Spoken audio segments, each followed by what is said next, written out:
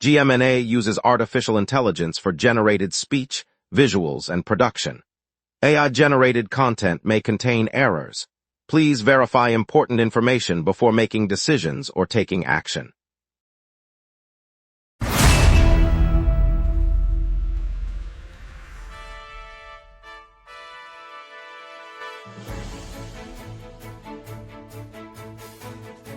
Live from the GMNA News Center, this is the Lunch Break News Hour. Good afternoon, I'm CJ Waterhouse.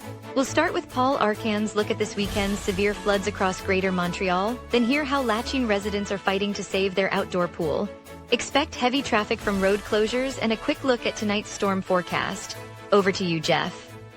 This Saturday, the Myland Community Garden hosts a free seed swap and sustainable gardening workshop, featuring heirloom tomato varieties, native pollinator displays, and composting demonstrations. The workshop runs from 10 a.m. to 2 p.m. on the garden's south plot, where volunteers will offer planting advice, seed packets, and hands-on soil testing. Local chefs will demonstrate garden-to-table recipes during the event, preparing seasonal vegetable dishes and sharing tips on reducing food waste with attendees. Lots to get to. Let's begin our lunch break with the Community Garden's seed swap and sustainable cooking showcase coming up shortly. Canada's federal budget just unveiled a sweeping clean energy plan that could reshape the power grid and create thousands of jobs across the country. Paul Arcan used his weekday radio slot to outline the scale of the flooding that hit Greater Montreal over the weekend of June 2026.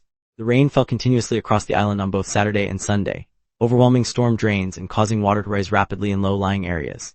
He noted that torrential rain on Saturday and Sunday pushed the St. Lawrence tributaries beyond capacity, submerging streets in the Plateau, Verdun, and Ochel-AH-Gare-Maisonneuve.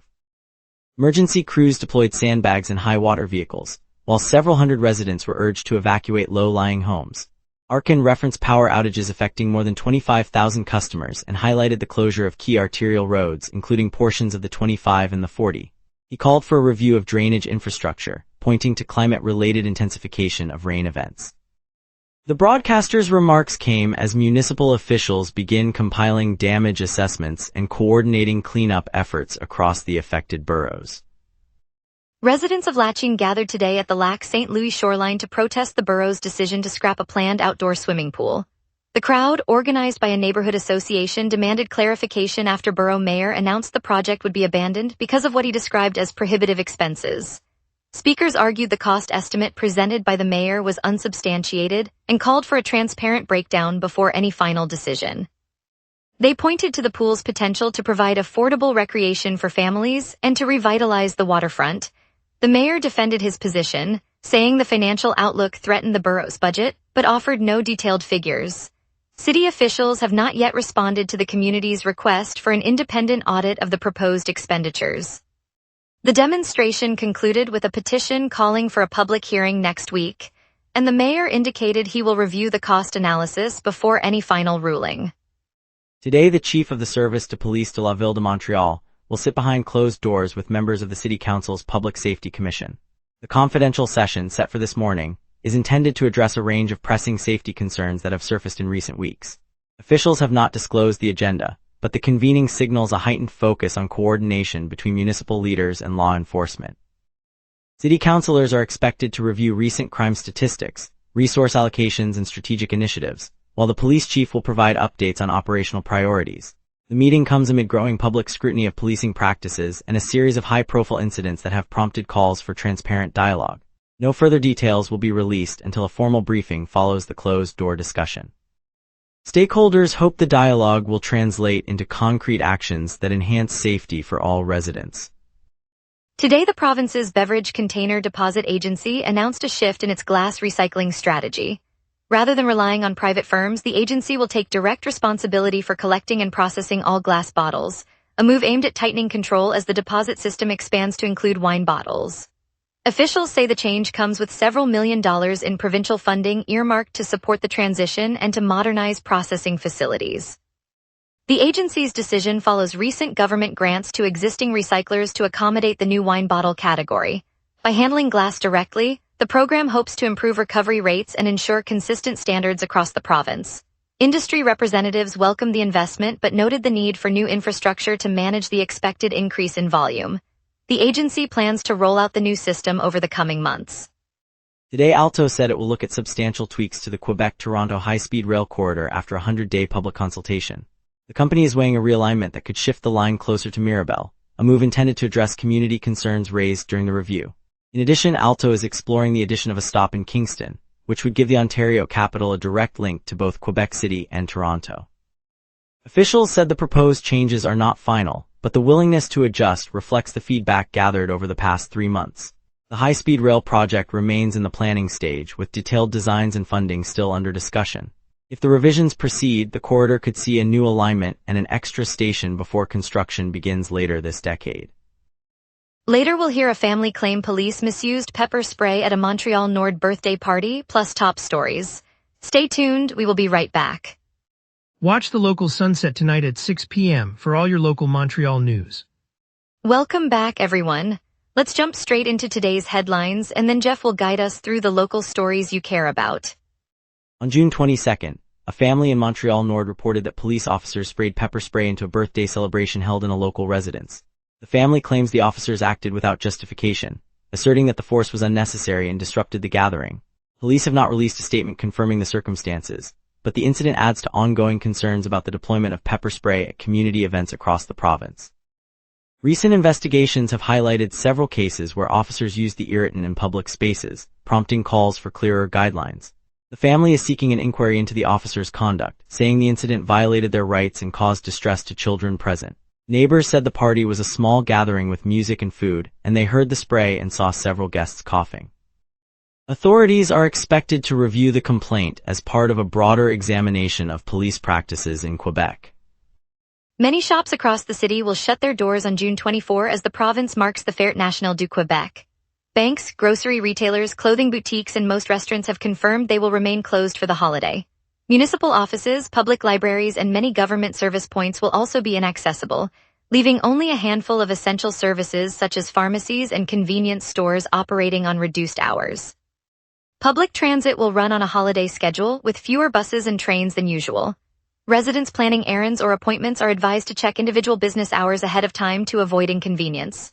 The day off offers a pause in daily routines, and the city streets are expected to be quieter as families and friends gather for celebrations. Schools, museums, and most cultural venues will also remain shut, limiting daytime activities for visitors. The Municipal Council of a town west of Montreal formally recognized trees as living beings entitled to rights on June 21st. The motion, passed after several weeks of public hearings, grants trees legal standing to defend their own interests in court. Under the new ordinance, any activity that threatens a tree's health or existence must undergo an environmental impact review before approval. An environmental organization hailed the measure as the first instance of tree rights recognition anywhere in Quebec or Canada, noting that it could set a precedent for future municipal policies. City planners said the rule will require new procedures for construction projects, roadwork, and utility maintenance. Legal experts anticipate challenges in defining the scope of those rights, but the Council's decision marks a notable shift in how urban ecosystems are treated under local law. More thunderstorms and heavy rain are set to move across Greater Montreal on June 21st, bringing fresh downpours to neighborhoods still coping with Saturday's deluge. Meteorologists say the new system will intensify the already saturated streets, raising the risk of flash flooding in low-lying areas and along creeks that ran over their banks just 2 days ago. Residents who dealt with water-logged basements and clogged gutters are being warned that additional rain could worsen damage to homes and vehicles. The forecast calls for several hours of intense rain, accompanied by strong gusts that may knock down tree limbs and power lines. Authorities are monitoring river levels and have positioned crews to respond quickly if streets become impassable. Those planning outdoor activities should stay alert for sudden downpours and consider adjusting travel routes. Heavy thunderstorms rolled across des Ormeaux on Sunday, unleashing another wave of floodwater that forced firefighters to stay on scene throughout the afternoon. Residents reported street gutters overflowing and basements filling as fresh rain followed earlier downpours that had already saturated the neighborhood. By evening, dozens of households were still coping with water damage, and community members gathered at the municipal office to demand that the city of des Ormeaux take responsibility for the recurring problem. Many expressed frustration, saying previous promises of upgrades have not materialized. The city's emergency services confirmed that crews were deployed to assist with sandbagging, pump operation, and evacuation of vulnerable properties. Local officials noted that the recent storms are part of a pattern of repeated flooding that has plagued the area over the past several years, raising questions about municipal preparedness and infrastructure resilience. Now let's get a look at your afternoon forecast with our weather team. A gentle look at Montreal's weather, perfect for planning lunch outings and afternoon errands today. On this day, the city once sweltered to a record high of 34.8 degrees Celsius back in 2020, a spike that rode the tail end of an unprecedented heat wave across the province. By contrast, just a year later in 2021, Montreal dipped to a record low of 9.8 degrees when an Arctic blast surprised us in early summer. Normally, June's climate normals hover around 22 degrees for the high and 14 degrees for the low, so today's readings feel comfortably in the middle of that range.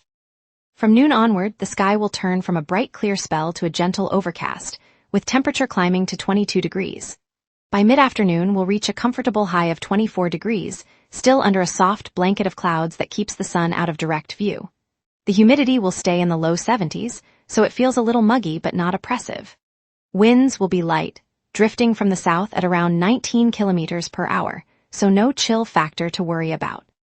With the UV index sitting at 6, sunscreen is a good idea if you'll be outside for an extended period. No weather alerts are in force, so enjoy the pleasant afternoon. Looking ahead to the rest of the week, Tuesday brings a pleasant clear sky with a high of 24 degrees and a cool low of 15, perfect for an outdoor lunch or a bike ride along the canal. Wednesday stays warm at 24, but clouds will thicken, and there's a 20% chance of a brief shower in the evening. Thursday sees the same high of 24, a mild low of 17, and the rain odds jump to 55%, so keep an umbrella handy for any afternoon drizzle. Friday cools slightly to a high of 22, a low of 16, and a steady drizzle is expected with a 60% chance of rain. Saturday rounds out the stretch with another overcast day, high 23 and low 16, offering a quiet end to the weekend. Up next, traffic snarls from road closures, today's lineup, the Habs' off-season moves, and La Nadia's reopening. Stay tuned, we will be right back. Watch the local sunset tonight at 6 p.m. for all your local Montreal news. Disruption this morning. The Ville-Marie and Viter tunnels are fully closed, cutting off R136 East corridor. Traffic spills onto a 10 West entrance and surface streets, adding 15 minutes of delay on south side of the island. The second blockage is the closure of 25th Avenue at a 640 overpass in St. Eustache, forcing drivers onto Highway 640 and Route 325 with similar delays. On east side, Honoré Mercier Bridge runs with one lane, slowing R138 West flow by 10 minutes. Highway 112 east between Montreal and St. Lambert is down to a single lane, creating a bottleneck. Construction continues on Boulevard de la Cité des Dunes and near Notre Dame Street as detour work for a 10 West entrance, adding occasional lane reductions. No transit issues have been reported, so metro and bus network run on schedule. Expect worst congestion to ease after noon rush, but tunnel closures will likely affect travel through afternoon. Cirque du Soleil's Echo exhibition rolls into downtown, now on view at Time Out Market Montreal. The photo showcase pulls back the curtain on the troupe's most iconic moments, giving you a rare glimpse of the artistry and athleticism behind the spectacular shows you love. If you've ever wondered what happens behind the scenes, this is your chance to step inside the magic and share it on social media with a dazzling backdrop. At the same time, Les Premiers Vendredis returns for its first weekend of the month, turning the market into Canada's biggest street food celebration. Over 40 food trucks line the promenade, offering flavors from Morocco, Korea, Mexico, and beyond, with free admission and live music that turns a lunch break into a festival. Swap a sandwich for a gourmet taco, a bao bun, or a maple-spiced poutine, and explore the city's cultural tapestry in one bite.